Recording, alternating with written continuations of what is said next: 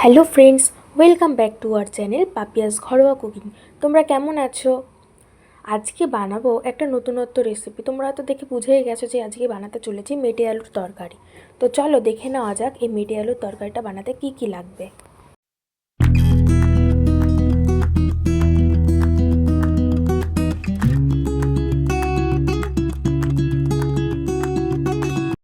তো তার জন্যই দেখো প্রথমেই নিয়ে নিয়েছি দুটো বড় সাইজের মেটে আলু। প্রথমেই এই আলুর খোসাগুলোকে ভালো করে ছাড়িয়ে নিতে হবে। এটাকে ভালো করে ছাড়াতে হবে যাতে এর বাইরে যে কালো অংশটা আছে ওটা যেন একটুও না থাকে। খোসাটা ছাড়ানো হয়ে গেলে এবার আলুটাকে মাঝখান থেকে ভাগ করে নিতে হবে। ভাগ করে আবারও সেই অর্ধেক অংশটাকে ভাগ করে নিয়ে এভাবে টুকরো টুকরো করে কেটে নিতে হবে। টুকরো করে রাখা আলুগুলোকে ভালো করে ধুয়ে নিতে হবে।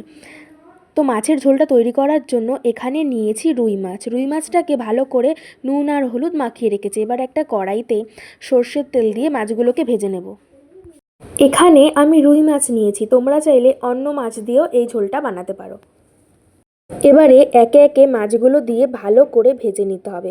মাছটা ভাজা হয়ে গেছে, এবার আমি মাছগুলোকে তুলে নিলাম।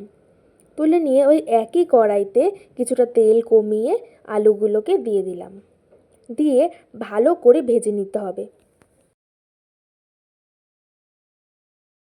আলুটা হালকা ভাজা হয়ে আসলে এর মধ্যে দিয়ে দিতে হবে স্বাদ অনুযায়ী লবণ। লবণ দিয়ে এই আলুটাকে ভালো করে ভেজে নিতে হবে।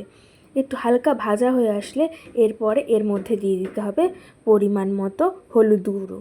হলুদ গুঁড়ো দিয়ে এটাকে ভালো করে নাড়িয়ে চাড়িয়ে নিতে হবে। এরপর এর মধ্যে দিয়ে দিলাম চিড়ে রাখা কয়েকটা কাঁচা লঙ্কা।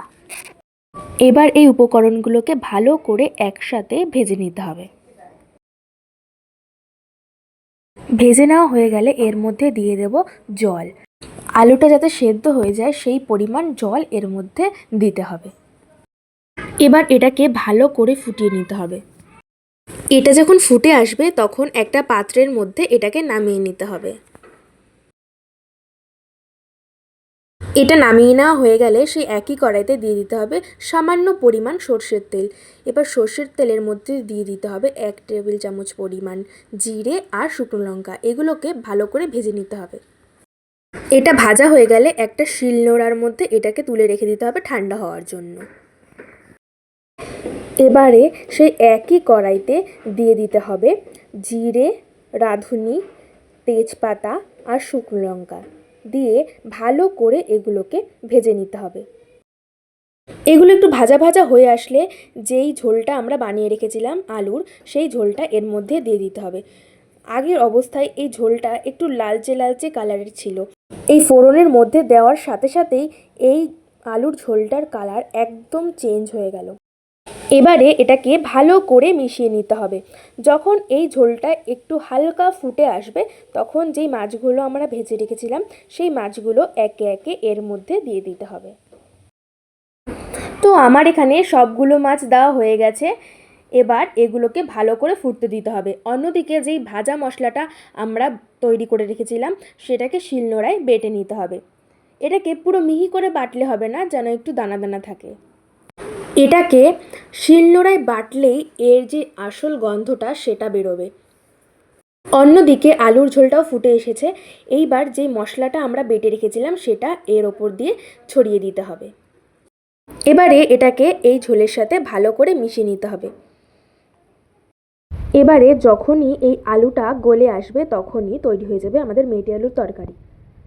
আর এই ঝোলটাকে এই অবস্থাতেই রাখতে হবে, কারণ এটা যত ঠান্ডা হতে থাকে ততই এই ঝোলটা গাঢ় হতে থাকে।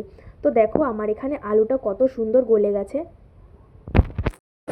এই আলুর ঝোলটা গরম ভাতের সাথে খেতে দুর্দান্ত লাগে।